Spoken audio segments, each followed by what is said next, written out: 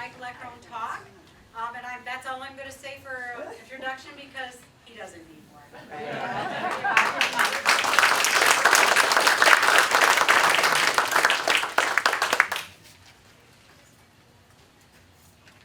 First of all, I wonder how many of you heard me speak before. Oh, crap.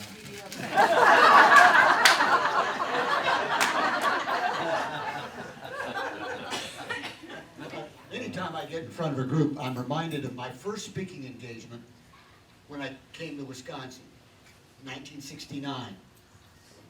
And I was to go down, it was the old Lorraine Hotel. All of you are too young to remember the Lorraine Hotel. But I spoke down there, and it was for a group of very prominent citizens and alumni of the university.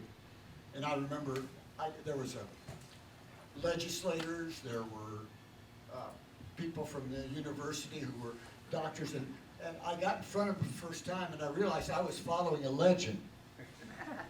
Ray Dvorak, the man before me, was there for 34 years.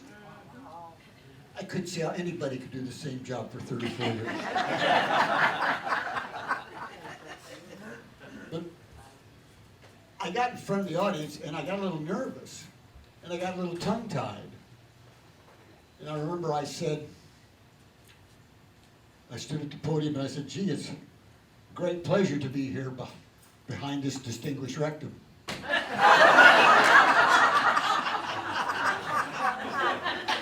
Unfortunately, the chancellor was sitting down front, but that was a much nicer introduction. I also speaking not long ago at a service club in Madison. And after it was over, a young man came up and said, Mike, we'd like you to have this little check, this little honorarium for speaking to us. And I said, no, I don't want it. I mean, it's a service club. You do a lot of wonderful things for the community. You're an important adjunct to the community. I said, take the money that you were going to give to me and put it back into the club. Don't you have some kind of a fund you're trying to build up in the club? And he said, yes, we do. We have our fund to get better speakers.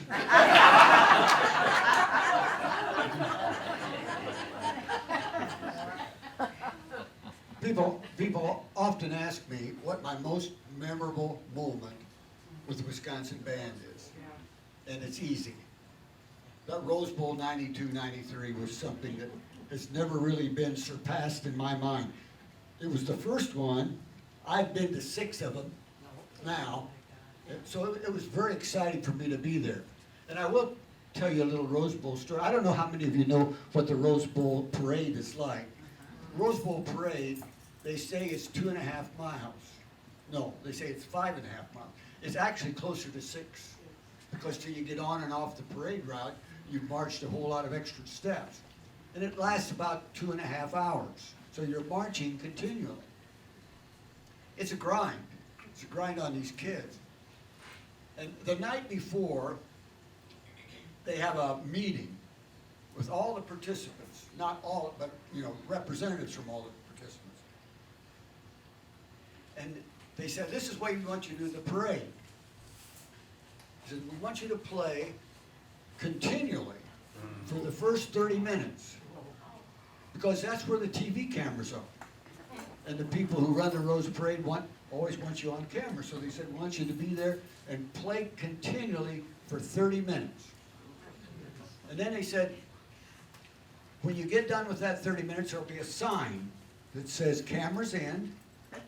And then he said, then you can play anytime you want for the rest of the parade. And he looked at me and said, Wisconsin, you just play whenever you see some patches of your fans along the parade route.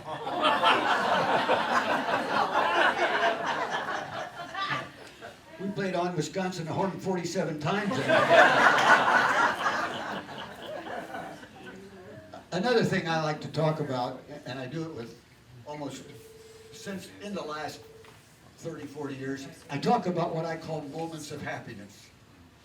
I'm convinced that everyone has moments of happiness, but you also have moments of unhappiness. And so what you have to do is take those moments of happiness and put them in your mind and rely on them when things aren't going so well. And it's always worked for me, and you'll hear my band now talk about moments of happiness. It's become a theme that we go to all the time. So I'm going to be talking about a few moments of happiness for me. Now, I get compared to a coach a lot. But I'm not offended by that. Some band directors might be, but I'm not offended because coaches are teachers. And more than anything else, I'm a teacher. Or at least I thought I was. But teaching is what I do. Now, my colleagues in the School of Music don't give me a lot of credit for being a teacher. They say, Mike, you don't teach anything important. You don't teach about Bach, Brahms, the great symphonic works, opera.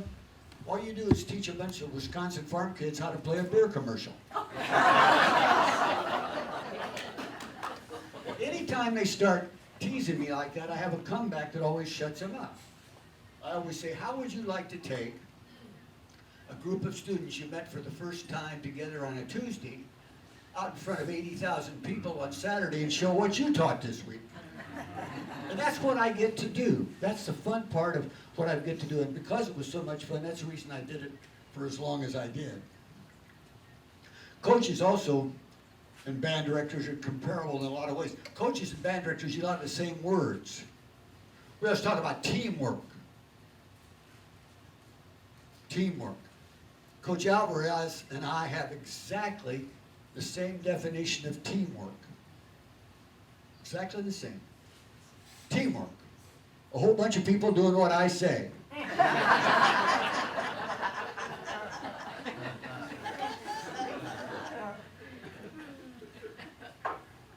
We talk a lot about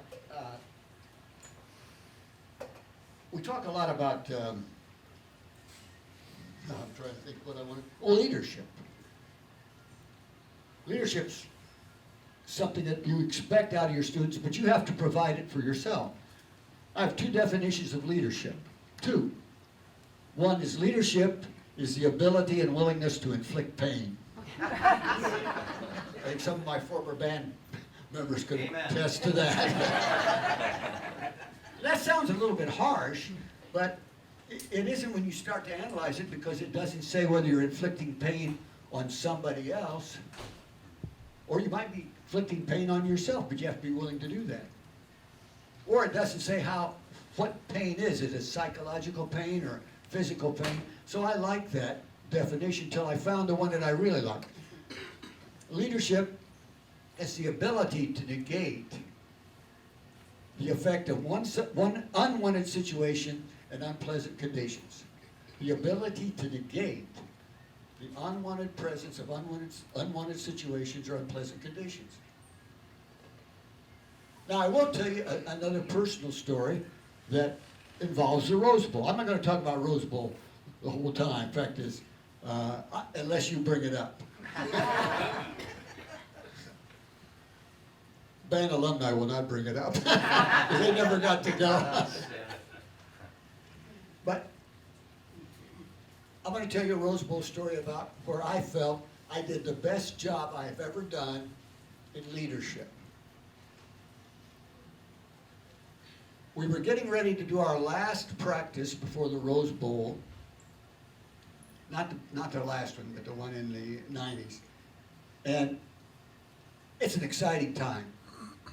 Rose Bowl is like nothing else. It's just so exciting. And my kids look forward to it so much.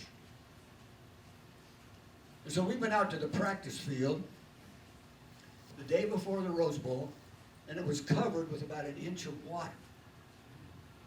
They had forgotten to turn the sprinkler system off at the high school, Santa Monica High School. They'd forgotten to turn it.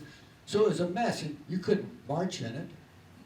And I could tell as soon as the kids walked over and saw the field, they thought, oh, we're not going to be able to march. Get ready for the show. They felt really bad about it. And I could see the spirit was slowly going down. There was a lot of air going out of that balloon. So I had an idea. I looked across the street, and there was a soccer field. Now, soccer fields have no lines. I don't know if you know what the lines on a football field are for. Band, no. Football teams don't pay attention to the lines. It's there for the band. And we march a system called 8 to 5. You take 8 steps every 5 yards. Did you know that about bands? A lot of people don't. When you see a band march that nice straight line down the field, they're taking 8 steps to every 5 yards. That's how they measure. And it becomes part of their mental thinking. You take 8 steps and then you hit a yard line. I looked down and it was a soccer field, no lines. So I told the band equipment staff to mark off 5 yards on the sidelines and put a horn case so people could see where the 5 yards were.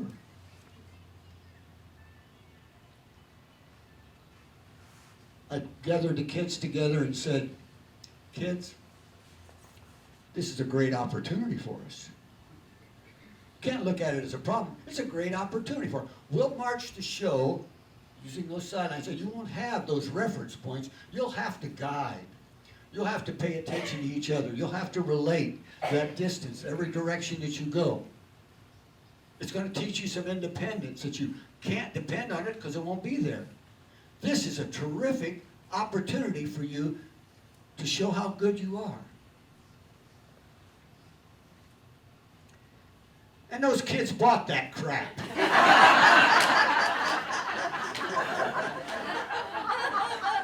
But to be honest, they didn't need that rehearsal. By the time you get to the Rose Bowl game, you're rehearsed. You're ready to go. So we didn't need it.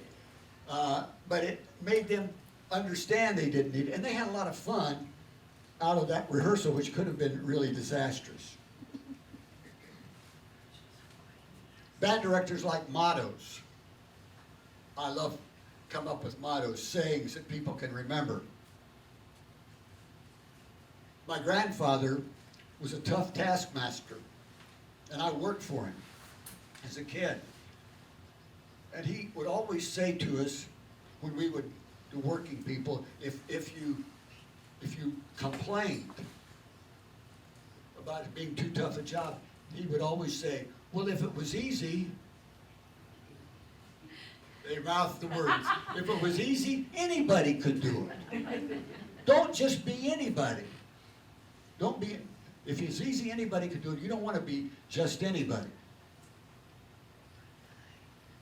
You know, he had a lot of sayings that I stolen from him. He used to say, you can stand anything if you know when it's going to end. Think about that.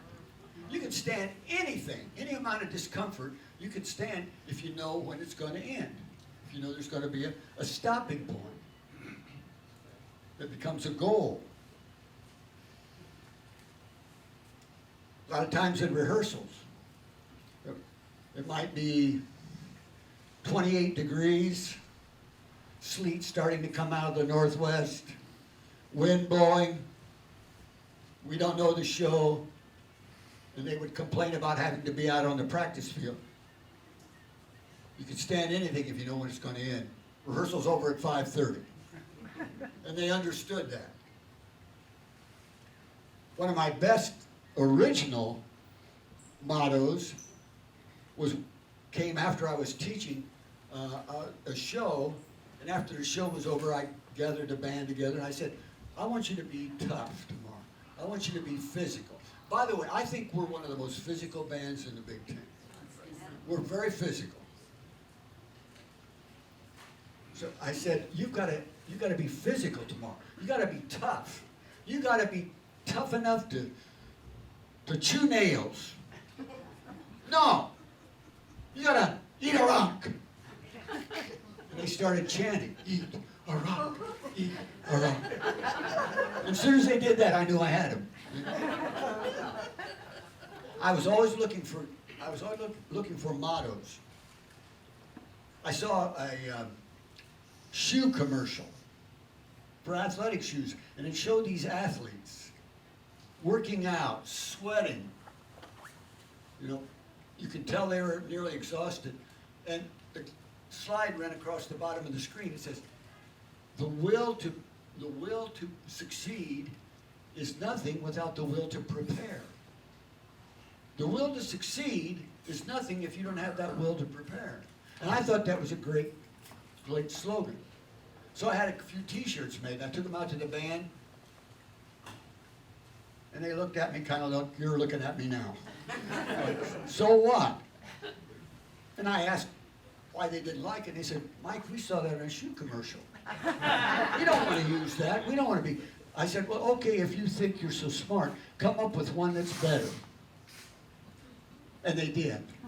It's a motto that I've seen many times since, but I'd never seen it before that.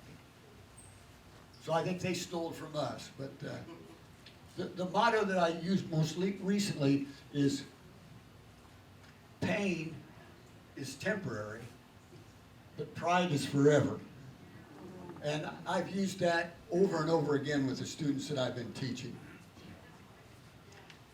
Now, when I came to Wisconsin in 1969, it wasn't a great time to come to Wisconsin. First of all, those were what people like to call the war years. It was tough. There were riots on campus. There were marches, all kind of protest marches. It wasn't the most popular thing to put on a uniform and march around.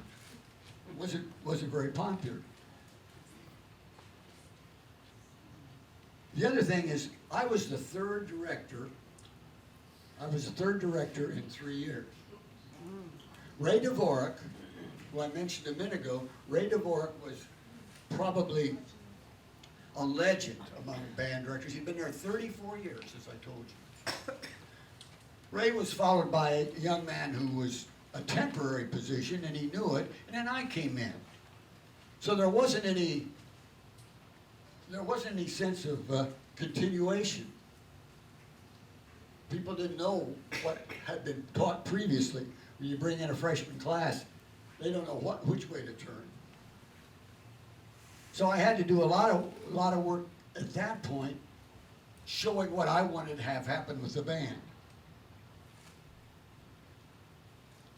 I remember, again, when I met the band for the first time, they were complaining a lot about, this is too hard. We're not athletes. This is too hard. But I kept pushing them and pushing them. I wanted them to feel that sense of pain that I just talked about.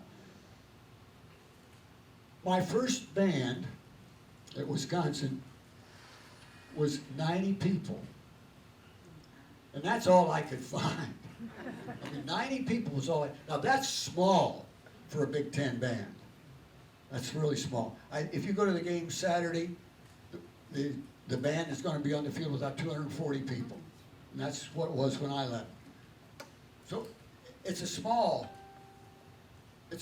group, and we had to find some way to bring them together. And we looked at a lot of different things, but the most important was to teach that sense of hard work, the work ethic that I thought had not been there.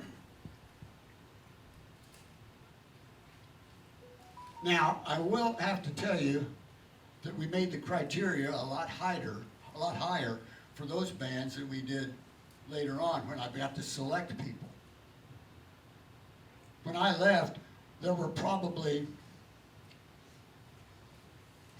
I'm going to say roughly 150 people we couldn't use in any one year because of the fact that a lot of people enjoyed the concept of the band. So there were 150 people. I had to say, no, I can't use you this year. That was one of the most difficult jobs I ever had to do because these kids all tried very hard. People said, well, how good do you have to be to play in the Wisconsin band? And I said, if you know which end to blow in, you're in. Well, we did. I did have to institute a tuba player intelligence test. If you're going to play the tuba, you have to have a certain degree of intelligence to go out on the field. And so we instigated that, and we had made all the tubas pass. And I will show you what the tuba player intelligence test looked like. Which hand has the marble?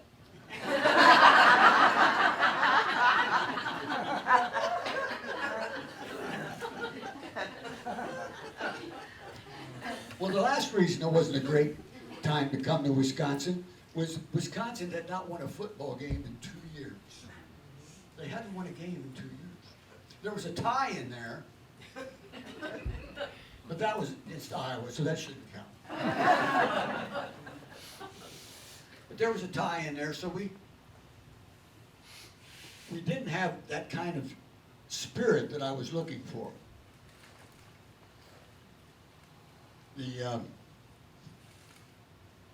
The team not only was down, but fans were not coming to the stadium. I mean, it was a tough time.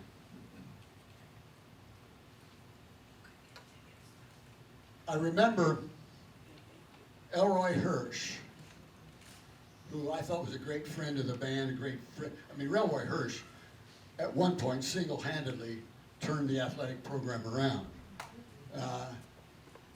And he was a spokesman for the state. He was a cheerleader for the state. He went all over the state talking about how great it is to be a Badger. He had a motto he used, "Get the red out." And it was plastered everywhere. And during this losing streak, Elroy brought me into his office at the beginning. He said, "Mike, we're going to win soon." He said, "I don't know when. We're going to win, and when we do win, there's going to be a huge celebration in Camp Randall. There's going to be a huge celebration on campus. And I don't want anyone in the way of letting you happen. When it happens, I want the band to march all over campus, up State Street. He says, I want you to have a good time." He said, "But you better have a parade permit. Because if you don't, some of the law enforcement officers may object to you doing it. So get a parade permit." So I got a parade permit. The first game we played was Oklahoma. Powerhouse. Well, they beat us 34-14. But that's good. We got touchdowns against one of the best teams in the country. The next week we played UCLA. Elroy said, "Get a parade permit." I got a parade permit. UCLA was 34-14 again. But there again, we'd scored twice against a West Coast powerhouse. Been in the Rose Bowl. Get a parade permit. Next week we play Syracuse. Syracuse. That's an Eastern school. They aren't going to be that tough.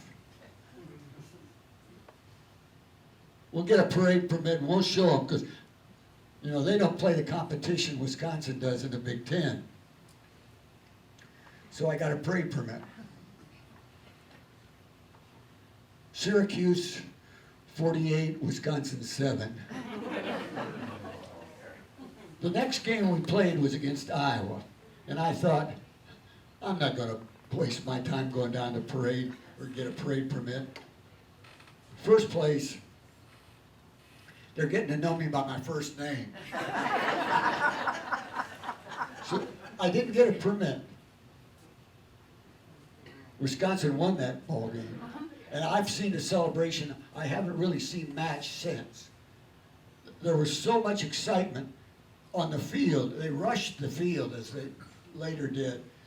But it was a celebration like I'd never seen. They were climbing on the goalpost. It was a wild celebration. We not only marched out of the campus, we went down to State Street, all the way to the Capitol, turned around and came back. It was exciting. Wisconsin was now 1-0 in the Big Ten.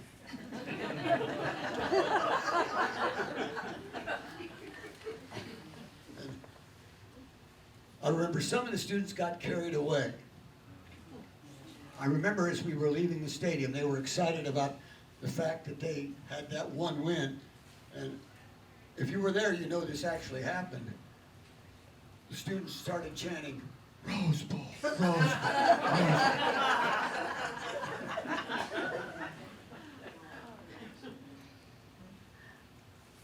And sure enough, 25 years later, we made it.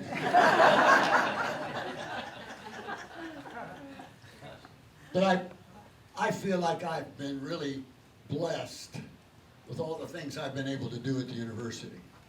As I said, I've been at 6 Rose Bowl games. I've let the band, or seen the band march all over the country. We've been to the West Coast. We did Seattle at the Sky Piece that they have in Seattle. We marched a halftime show on the deck of the USS Nimitz. Some of the kids in the band were worried, is it going to be big enough? They're obviously from Wisconsin because it was big enough for more than a football field. We marched, done a show in the Alamo. We've done a show everywhere you could possibly think of. And it was always exciting. I was with the basketball team 3 times when they went to the Final Four. That was exciting. I don't know how many tournament games I attended with the basketball team, but it was always exciting. I was with the hockey team 6 times when they won the national championship. And that was exciting. I remember them all. I remember in 1973, we were in the Boston Gardens. In 1977, we were in Detroit. 3 years later, we were in Duluth, Minnesota. A couple years after that, we were in Grand Forks, North Dakota. And the last one was Michigan, and then followed with in Milwaukee, which was a lot of fun to celebrate that. The one I remember the most, though, is a hockey championship that came at Grand Forks, North Dakota. Have you ever been in Grand Forks, North Dakota? There's an old vaudeville saying, I spent a week there one night.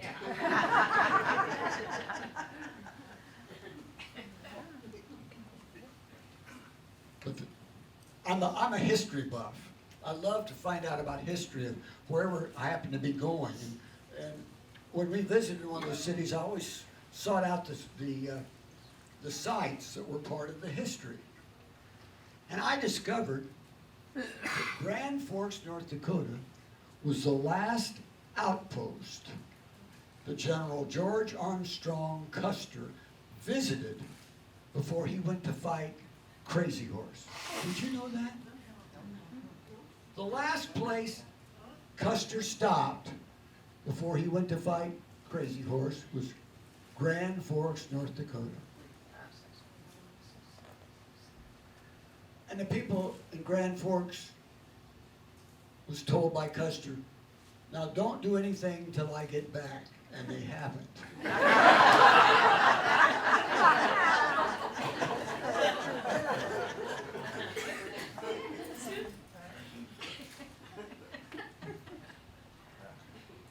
I don't remember what my time is, but I'm gonna give you a chance to answer some ask me some questions. 3 hours. At my age, no, I don't. But I really am grateful for all those opportunities that I had, and I think I will. I've told this story many times, but I think I'm going to tell one of my most interesting moments. I was going to say exciting moments. It was exciting, but more than anything, it was interesting. In 1987, Wisconsin had to scuffle to win a football game. They won one game that year. And it wasn't a very good team. I mean, I'll be honest with you, it wasn't. They had a whole bunch of turmoil going on, and it was a tough time. So athletic department called me into a meeting once and said, we got to do something to get interest back in the team. We've got to do something to get the attendance back up. Can you think of something? And I said, well, one of the most interesting events that's close to the university is a circus. Baraboo, they had winter grounds there at one point. So I said, well, it's a very interesting thing. Let's do a circus show. And the guy from the athletic department said, okay, Mike, get it ready.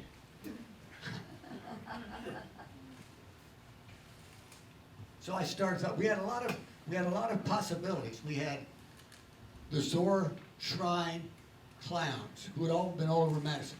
We went to them and said, could you supply some clowns for our circus show? And they said, yeah, we can get a couple dozen if you want. I talked to some gymnastics class. Said, could you come and be tumblers? Could you come and be show off your acrobatic skills? And I got a lot. I asked around for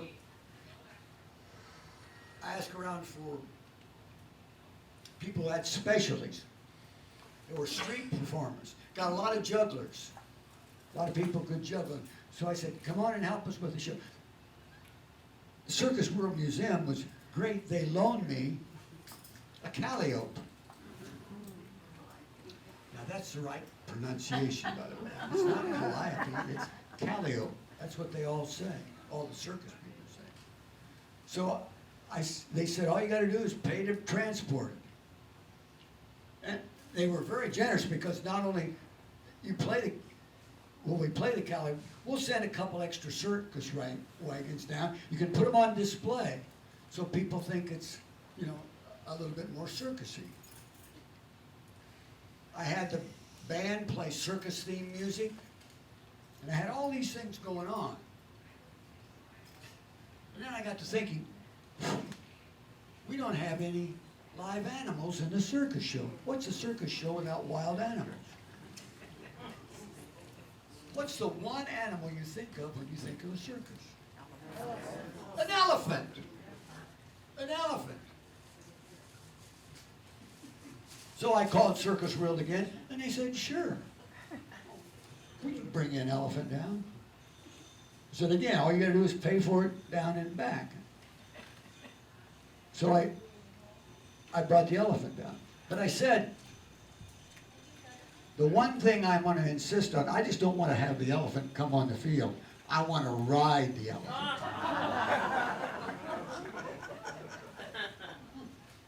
Ladies and gentlemen, I am the first band director in the nation to ride an elephant onto a field. I'm also the last.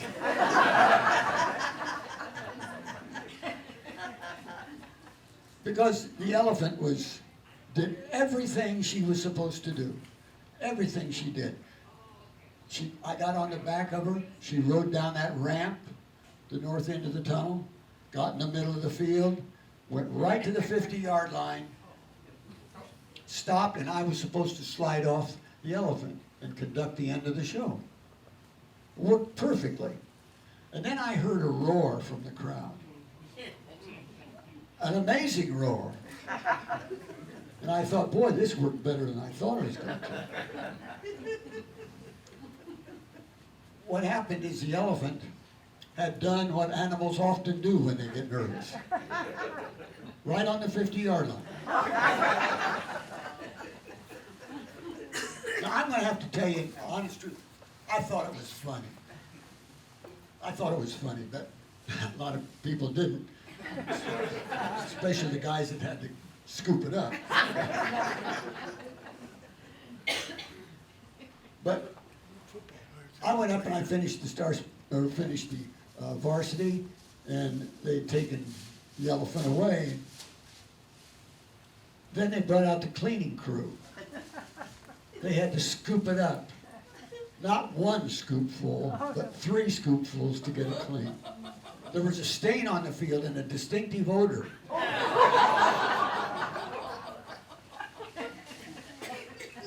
so they decided, game officials decided, they're gonna have to hose it down. Now, the only hose in Camp Randall at that point is on the northeast corner of the field. So they had to bring a hose down, bring it diagonally, clear across the field.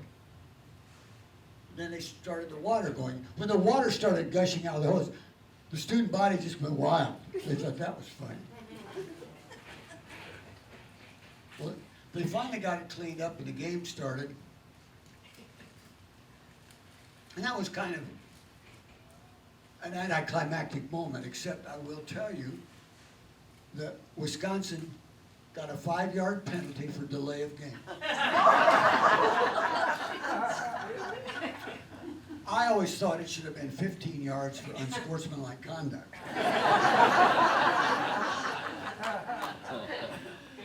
Do you have anything you'd want to ask me? Yeah. Yes, ma'am. What started the fifth quarter? Who started the alphabet stuff? Who do you think started it?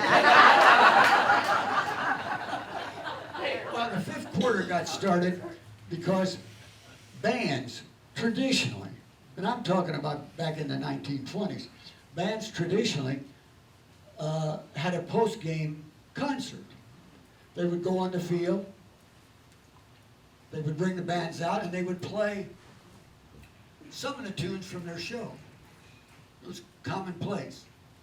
We did that for a couple years in Wisconsin, and then, very honestly, I got bored. Come out and play the same thing. Nobody was listening because they were all going to go home. So I got bored. I said to the students, this time we're going to play some tunes that are different. We're going to play Beer Barrel Polka. That's the one that started it. And they said, well, what do you want us to do? And I said, some of the players, I want you to jump out of the ranks and dance. Maybe the student body will get the idea. Maybe the fans will get the idea. So we did it. Not a lot of response the first time. But I tried it the next time.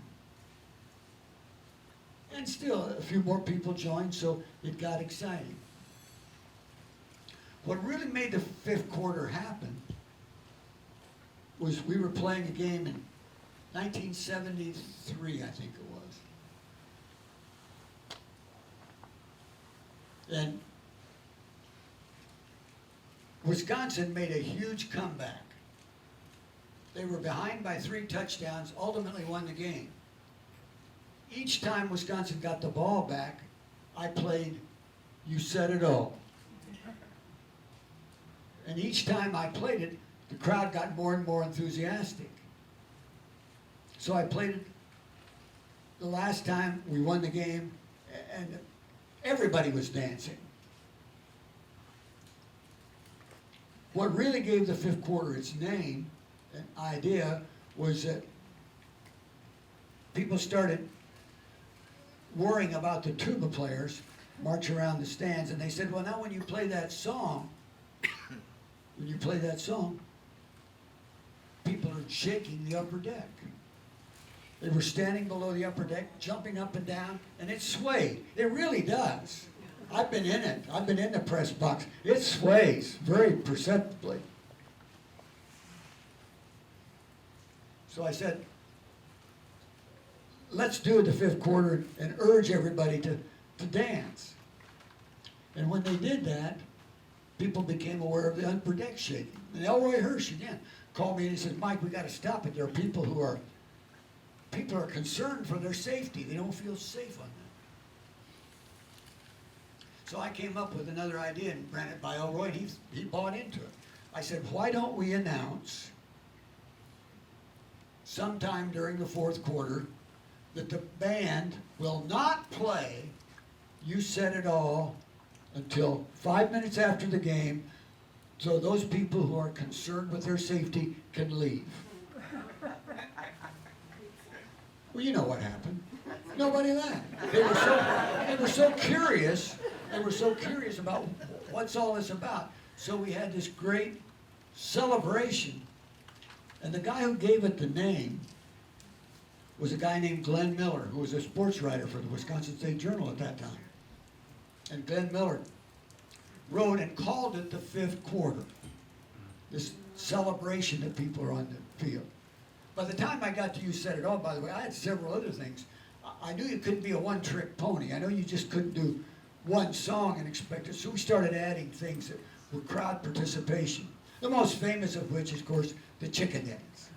As soon as I did the chicken dance, everybody was in. So that's how it got its name, and it's also how it kind of got started. Nowadays, I think Wisconsin Band is the only band that still does something like that. Everybody else is very formal at post-game, and I think it's a time for the people to celebrate the fact the game is over, we had a lot of fun, let's celebrate.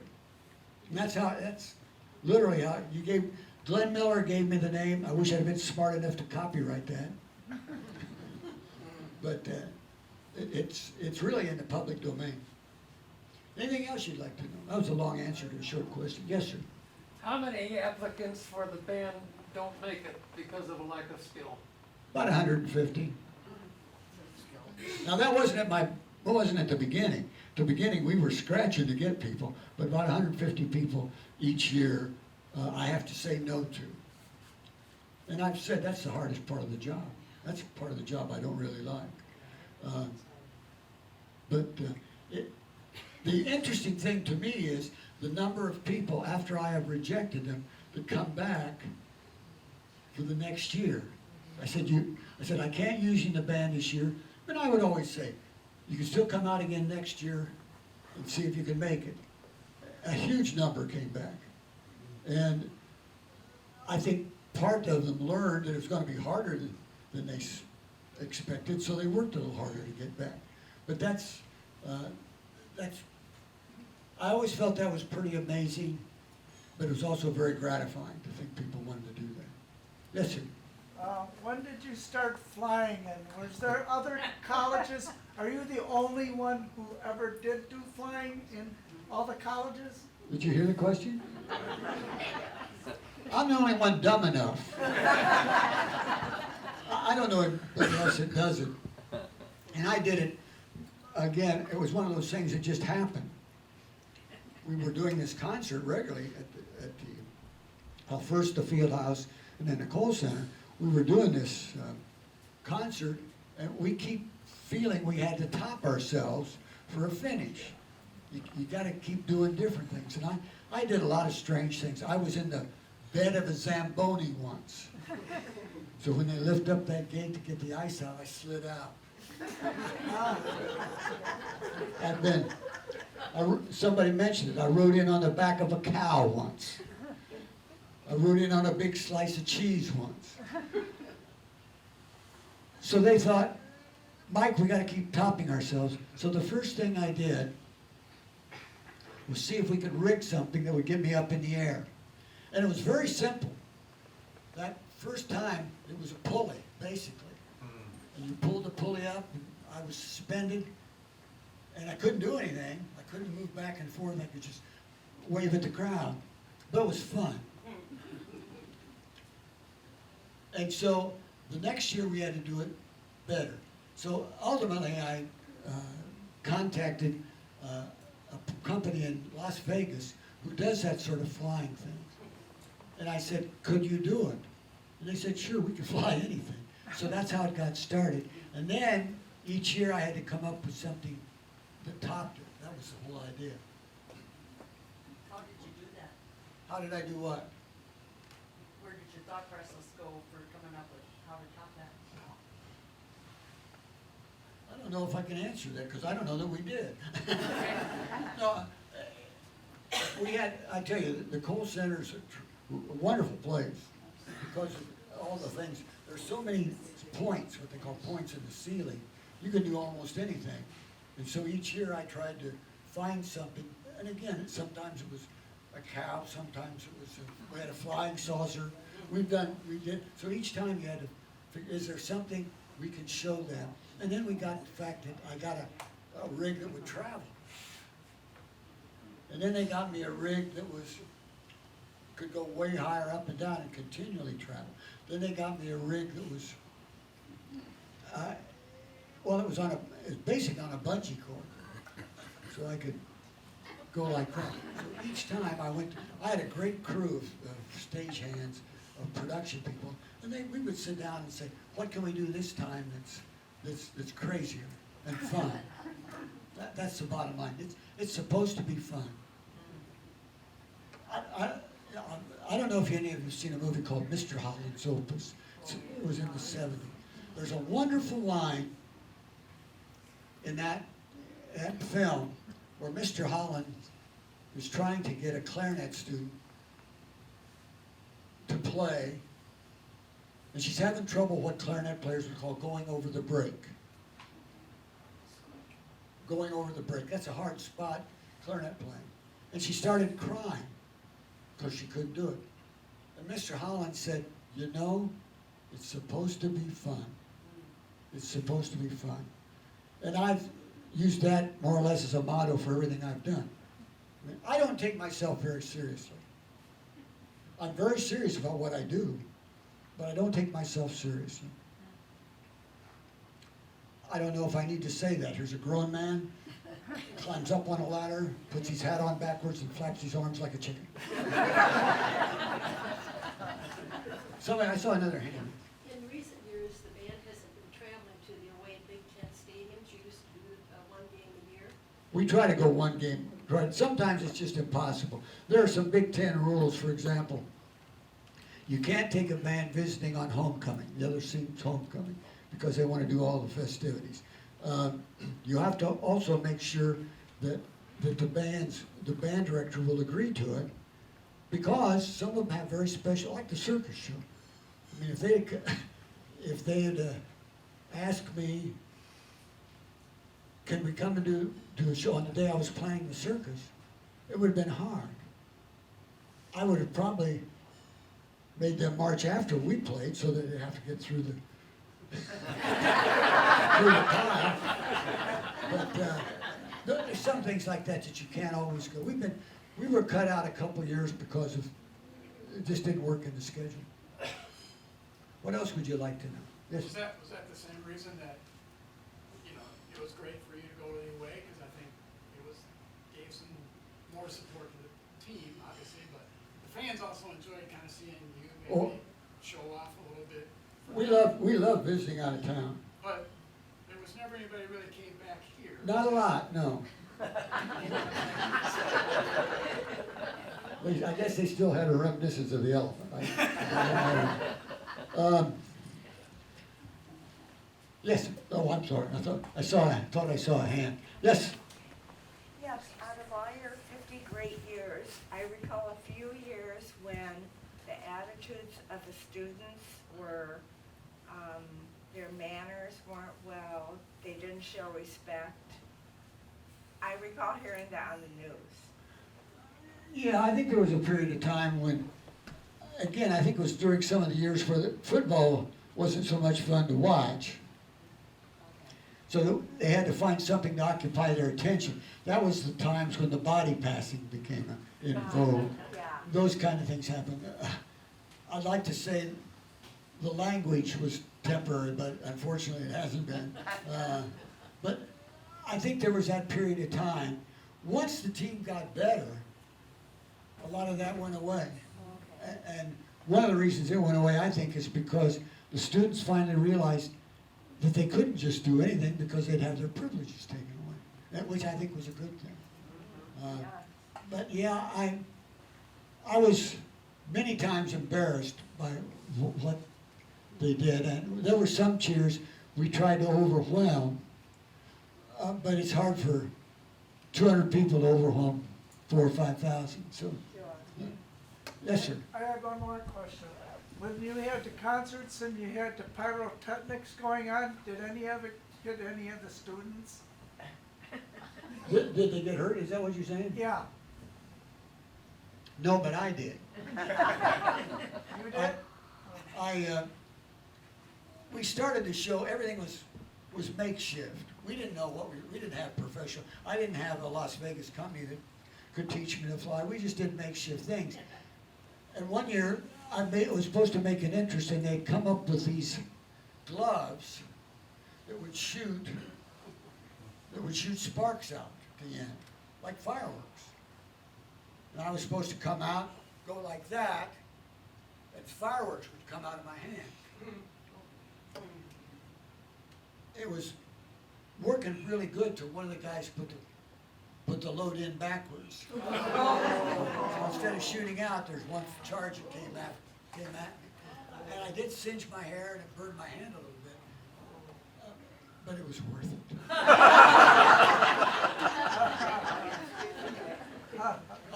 I will tell you, since you brought it up, I'll tell you the one stunt I did that I would never do again. And that says a lot, because I tried almost everything they did. One year at the old field house, they came up with the idea that they could rig a fire pool from the floor up to what I would call the third balcony, the third level. From the floor all the way up. I said, we can rig that for you, and what you do is, in that show, grab onto the fire pole, slide down. It'll be spectacular. What they didn't tell me is the fire pole was about this far away from where I could get. So I had to jump and grab it. And there was no safety nets in those days. I mean, we had no safety. I did it, but I would never do it again. But that's probably the one. I had so many people working for me that were safety conscious, really wanted to make sure everything was super safe. This is also, it also began before OSHA. I'm sure OSHA had some ideas about what I was doing. Any other questions? Yes, sir. You've been such a gift to Wisconsin. Have you had time in your retirement to reflect on your enormous contribution to the university and our state? Well, let me just say, I hope that I did. I think one of the most gratifying things in what I did was to have people, got a couple alumni, say, made a difference in my life. If you could say that about what I did, I'm very gratified. And that probably is the thing that I enjoyed the most, is seeing these people go on, and these green, silly kids became pillars of the community. And that's fun. That's fun. That's the reason you teach. I talked about teaching at the beginning, but that's the reason you teach. Yes, sir. And I'm a Vietnam veteran, and I just wanted to thank you for recognizing all the veterans at your concerts. Yes. Well, what they did was very important. It's very important. I can do what I do because of what they did. And I appreciate you mentioning that, but it's something I feel was been very necessary over the years. Thank you. Thank you. One more, yeah, Fred. So for 50 years, you're a great motivator, entertainer, energizer, and we receive all of that from you all these years. How did you keep yourself energized? What kept it interesting for you? And not get routine or those types of things. Where did that come from? I just answered that question a minute ago. From the kids, from the people who did the crazy things that I thought they should do and did it, I was going to say without grumbling. No, they grumbled. But it was, yeah, we'll try that. We'll see if that can work. Let's do it. And that's, I think, they motivated themselves more than I motivated them. All I was a catalyst. It got them to say, yeah, I can do this. Students sometimes underestimate what they can do. They're a lot more capable than what they think they can do. So it was they gave back more than I got. No, that's wrong. They gave back more than I gave them. I'm sure of that. I would like to mention a guy who's sitting over here who's kind of part of the band. He's Steve Single.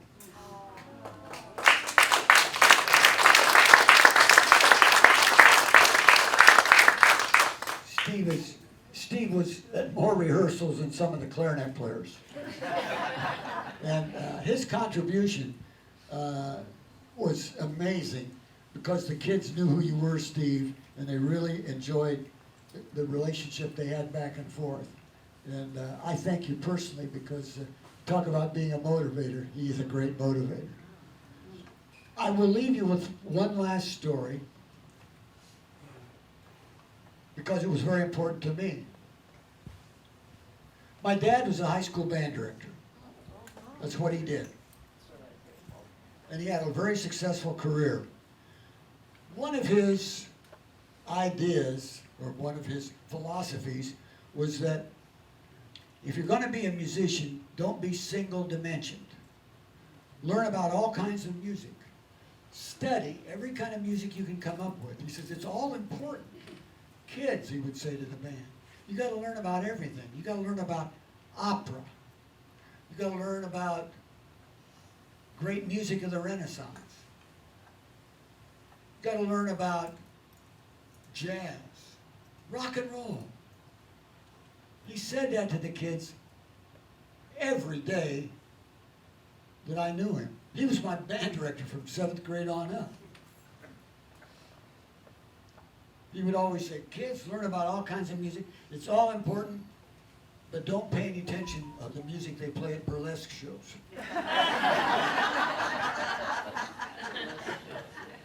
Well, I'm a kid. I don't know what he's talking about. He said that every day. Finally, I went away to college. And when you're 18 years old, you've got to find some things out for yourself, right? You just have to find out. I went to college at Butler University, and one day I drove down to 22nd in Illinois. I don't know why I remember that date. But I went down and I went to the Fox Theater. As soon as the show started, I knew my dad was right all these years.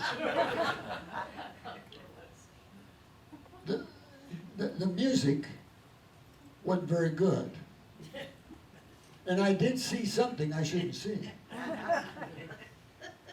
Dad was in the third row.